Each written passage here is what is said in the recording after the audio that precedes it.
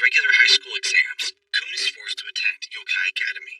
He bumps into a vampire called Mocha, who cannot resist sucking his blood.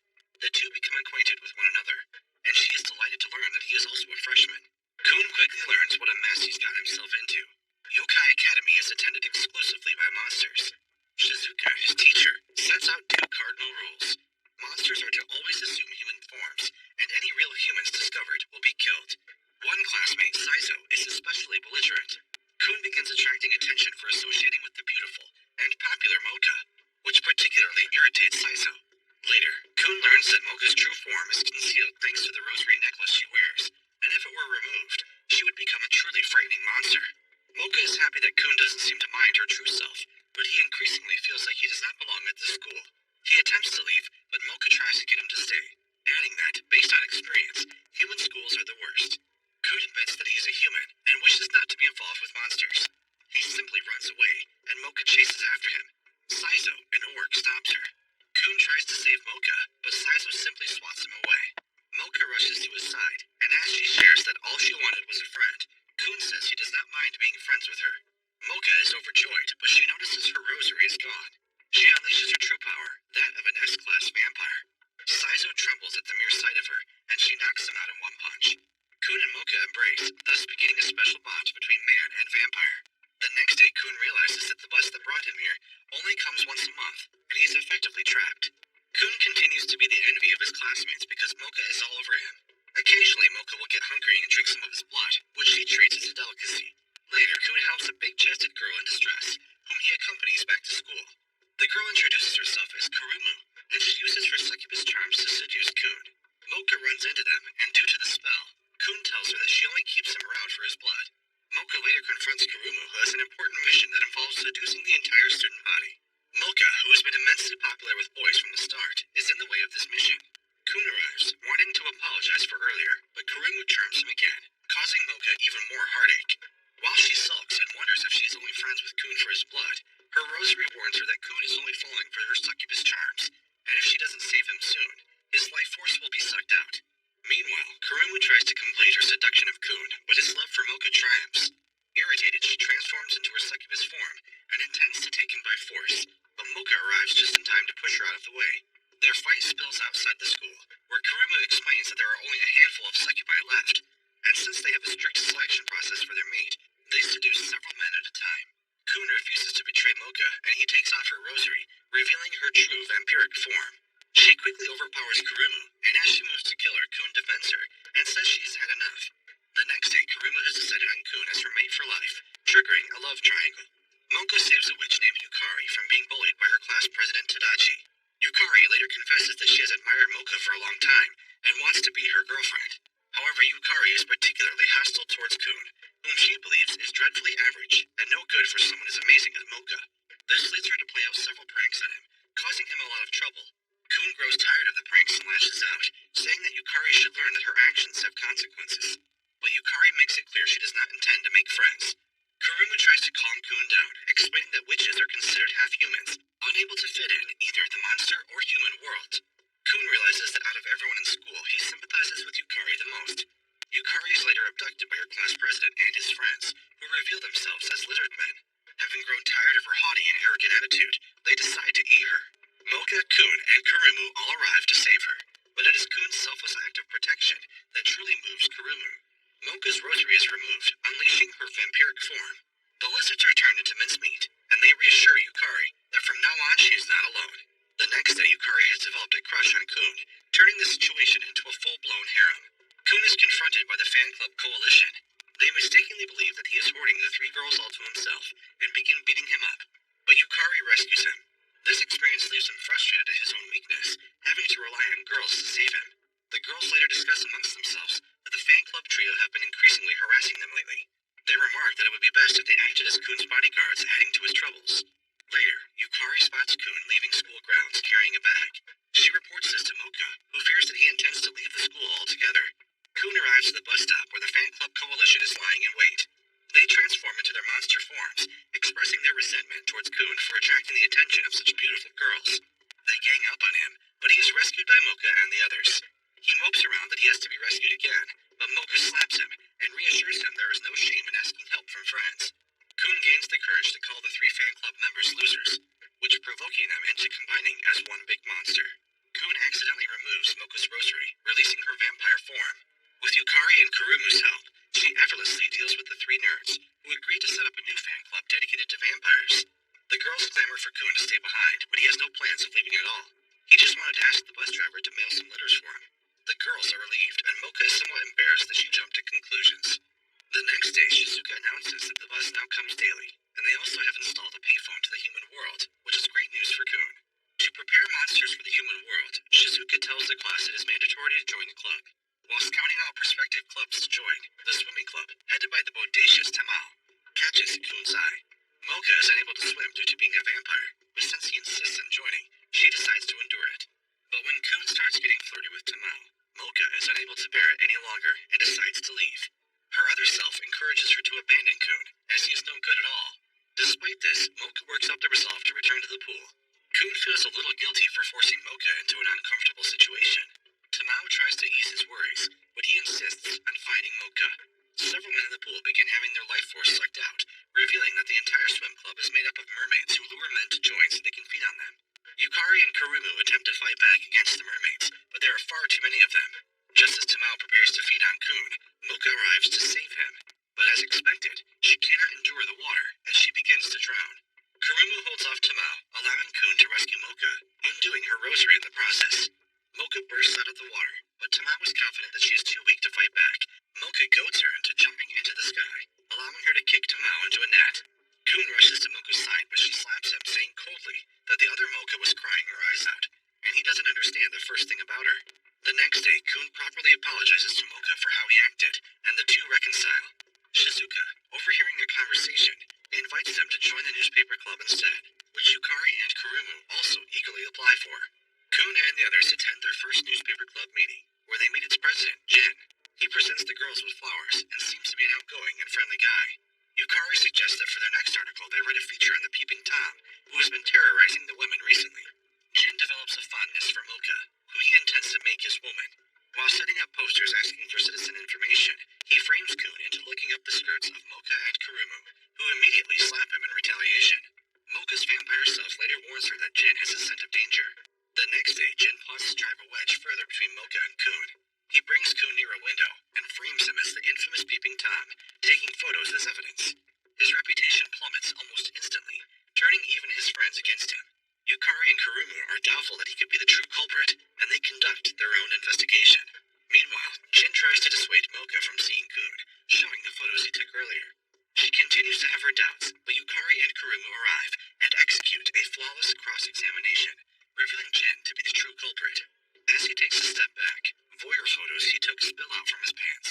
He decides to make Mocha his woman by force, transforming into his werewolf form.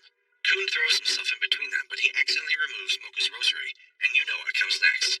Mocha assumes her vampire form, initially struggling against Jin's blinding speeds. But when the mood is obscured by clouds, having Jin's strength, she manages to catch him and push him off the building. The next day, the newspaper club released an expose revealing Jin to be the real Peeping Tom. After another successful print, the newspaper club decide to hold a party, except for Jin, who has already left to hit on girls. Kun is suddenly approached by a girl named Shirayuki, who appears to be a fan of his work. She suddenly shows up to class after being absent for nearly an entire month. Later, she shows Kun a scrapbook of all her favorite articles of his work, as she kept up to date with the newspaper. She later prevents him from attending the celebration party, insisting the two were meant to be together. Revealing herself to be a snow woman, she holds Kun captive in ice and sends an ice clone to kill Mocha, whom she views as a nuisance. She prepares to encase Kun completely in ice, but Mocha and Kurumu arrive to rescue him. Shirayuki throws a tantrum and escapes, but she is found by Kotsubo, another teacher, whom she nearly freezes to death. There are no talks of expelling her completely, but Kun takes responsibility for rejecting her harshly. He finds her by the cliffside and reassures her that Kotsubo will live, but she strangely turns hostile. Jin arrives with new evidence revealing that Kotsubo first attempted to molest Shirayuki, and he was merely frozen in self-defense. But the damage is done, and Shirayuki loses all trust in Kun and his friends. She summons a vicious snowstorm and several ice clones, but she almost falls off a cliff. Kun narrowly saves her from falling and invites her to be friends. Although she calms down, she loses control of her ice clones. Luckily, Mocha arrives just in time, and Kun removes her rosary. The vampire Mocha rescues them both and smashes the remaining ice clones. Mocha is Shirayuki won't even offer a word of thanks and kicks her. Shirayuki returns the next day having cut her hair. They give Jin due credit for revealing the truth, but they beat him up after finding more voyeur photos inside his shirt. Ruriko, the math teacher, turns heads for her immaculate beauty. With midterms fast approaching, Kun realizes he's in deep trouble. He has a study session with the rest of the newspaper club and is grateful for the notes that Mocha provides him. However, when Ruriko notices this, she insists that the task of tutoring students be left to him, pushing Mocha out of the picture. She begins giving Kun private lessons. Although her sessions are effective, it costs Kun his personality, leaving him nothing more than an empty husk, repeating mathematical formulas. Mocha tries to catch Kun to give him some handwritten notes, but Ruriko pushes her out of the way, remarking that the real reason why Kun can't study is because of her. Mocha is left feeling depressed, but when she hears Kun scream, she races to rescue him. She discovers that Ruriko is a Lamia, attempting to brainwash Kun while teaching him. When Ruriko attacks Mocha, several of her handwritten notes spill out onto the ground. Kun's brainwashing is broken when he picks up one of the copies. He yanks the rosary from Mocha's neck, causing her to assume her vampire form, and she easily defeats Ruriko. The next day, Kun likely did terrible on the exams, but he thanks Mocha for her easy-to-understand notes. The newspaper club head to the human world to hit the beach. Kun exclaims that he's finally home, which the other members find suspicious. While playing beach volleyball, they are impressed that Kun seems to have no problem with being in the human world, almost as if he's where he belongs. They later pay a visit to the nearby witch hill, populated by sunflowers. However, there are rumors that witches live on the hill, kidnapping trespassers. Kurumu pokes fun at Yukari regarding these rumors, and she is slightly offended at being treated like a kid. As they set camp for the night, Yukari continues to be treated like a child, with nobody trusting her with tasks of any kind. She is inexplicably drawn back to Witch Hill, where she meets Ruby, another witch. She explains that this hill is sacred to them, and they plan to fight back against humans who intend to demolish it. She invites Yukari to help their coven kill all the humans, but Yukari is hesitant. Kun arrives, having grown worried that she is missing. Ruby attacks him with monstrous plant life, ignoring Yukari's pleas for mercy. She takes it upon herself to rescue Kun, muttering the courage to use her magic to blast the plants apart. As the others arrive, Kurumu scolds Yukari for fighting by herself, but Shirayuki tells her to calm down. The members prepare to retreat to camp, thinking the battle is over, but Ruby attacks Kun, mortally wounding him. Mocha flies into a rage, her inner self bursting forth, even without the necklace being removed. Kurumi and Shirayuki are similarly infuriated, and all three attack Ruby. Ruby awakens after being thoroughly beaten. She explains her grudge against humans for wrecking several parts of Witch Hill for the sake of development, so she wishes to kill every human. The girls call her hypocritical for being just as absolutist as humans. But if her issue is no longer having a place to stay, Kun invites her to go with them to Yokai Academy. Ruby is taken aback by this offer, and considers it for a moment, but when she returns to Witch Hill, she's reminded of her obedience to her master, Lady Oyataka. When the club members discover Ruby is missing, they come running to find her. Upon arriving at Witch Hill, Ruby attacks them with hundreds of plant monsters. Against overwhelming odds, Kun does the one thing he can: remove Mocha's rosary. Mocha makes quick work of the plants, but Ruby is unbelievably powerful, simply forming them back again. Kun notices a house in the distance, and upon investigating it, he finds that Oyataka is already dead. He shares this new information with Ruby, but she refuses to believe it. Afraid and confused, Ruby breaks down and begins unleashing dangerous amounts of magic, intending to use a spell to kill them all. With Yukari's direction, they work together to break free of their constraints and successfully destroy Ruby's talisman, the key to her magic. The next morning, the newspaper club finds Jin carrying an unconscious Ruby, who survived the explosion. Although previously conflicted over attending Yokai Academy, Kun has learned to enjoy the time he has spent with his friends at the club, and decides to make the most of what time he has left. After they print out the latest edition of their paper, they're shocked to find that another paper called the Yokai Square is also in circulation. Kito, the president of the Super Newspaper Club, says that they were recently recognized as an official club. When Kuruma raises these concerns with Shizuka, she replies that her hands are tied, and that there are plans to scrap the less popular club. Kuruma tries to win back popularity for their paper by dressing up as maids, but their competition simply dresses up in swimsuits. Jin understands that they are frustrated, but he warns them that this is a fight they cannot win. He explains that the Super Newspaper Club is controlled from the shadows by the Security Committee, which acts in a similar capacity to the secret police. They decide to write an article exposing their injustices, but Jin orders them to drop the subject and burn all copies of their paper. They reluctantly do as they're told, but Kurumu considers releasing the paper anyway, as she convinces Kun to do the same. However, Kito, along with her subordinates, yank the papers out of their hands. She reveals herself to be a spy Spider-Woman, and a member of the security committee, whose leader Kuyo is adamant about crushing all opposition. The pair are helpless to stop her, and they are soon caught in a spider's web. Fortunately, Mocha arrives, and Kun lifts her rosary seal. Mocha begins to drag Kato by her own web, then traps her and her subordinates inside it. Afterwards, the newspaper club agreed to release an article exposing the truth behind the security committee. They begin gathering photo evidence of the security committee's shady dealings. Fortunately, Shirayuki was able to coerce the fan club trio into testifying.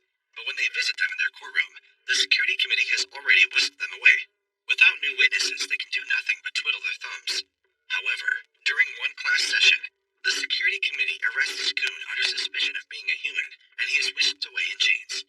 The only members left free, Yukari and Jin, are forced into hiding. He is interrogated at length about his true identity, and they produce testimony from various eyewitnesses that say they have never seen him transform into his monster form at all, even to save his friends. What convinces Kuyo even more is that even his friends don't seem to know what kind of monster he is. Mocha is placed under intense scrutiny, and her interrogator begins torturing her with water. Kuyo threatens that if Kun doesn't come clean soon, he might just dip Mocha in the pool. Left with no choice, Kun confesses that he is human, but Kuyo reveals that his friends were behind him the whole time. Shirayuki and Kurumu look at him with disgust, and they are escorted away. However, because Mocha knew about his identity the whole time, she is treated as a co-conspirator. Jin is shocked to learn the truth, and he follows Shirayuki's lead in laying low for now. Yukari, despite being prosecuted by humans for centuries, has more mixed feelings. Kun is marched into the school courtyard, where Kuyo announces his execution, while even Shizuka is prevented from intervening by her fellow teachers. Mocha desperately tries to pry off her rosary, while Kun is propped up on a cross for everyone to see. Kun is horrified to learn that after he dies, Kuyo intends to round up his club members and execute them as well. Ruby, in her crow form, rallies the members of the newspaper club to save Kun and break Mocha out of prison. Kurumu is still angry with Mocha for not trusting her enough to tell the truth about Kun, but they put it behind them for now. First, they must save him. They conduct a daring rescue, and while Kurumu and Ruby carry him to safety, Kurumu and Yukari take care of Kuyo's subordinates. When Kuyo chases after Kun, Mocha follows him. She reaches the school roof just in time, and is relieved to see him safe and sound. However, their reunion is short-lived as Kuyo hurls a spear of flame at Kun's heart, mortally wounding him. As he draws his last breath, he asks Mocha to take care of the club, right before he releases her seal. Mocha flies into a rage and attacks Kuyo, then immediately attempts to revive Kun. She plans to inject him with vampire blood to rapidly heal him. The others hold off the fox demon Kuyo, who proves to be a powerful foe. Only Yukari and Ruby's twin sealing array and Crow summon manage to harm him, but this merely brings him to his final form, making him even more dangerous. Mocha joins the fight, her attempts to revive Kun fruitless. Kuyo seemingly kills her with a flame wheel, but he is shocked to see that Kun has survived his injuries, thanks to Mocha's blood infusion. With Jin's help, Mocha performs a single kick that sends Kuyo crashing straight through the school building.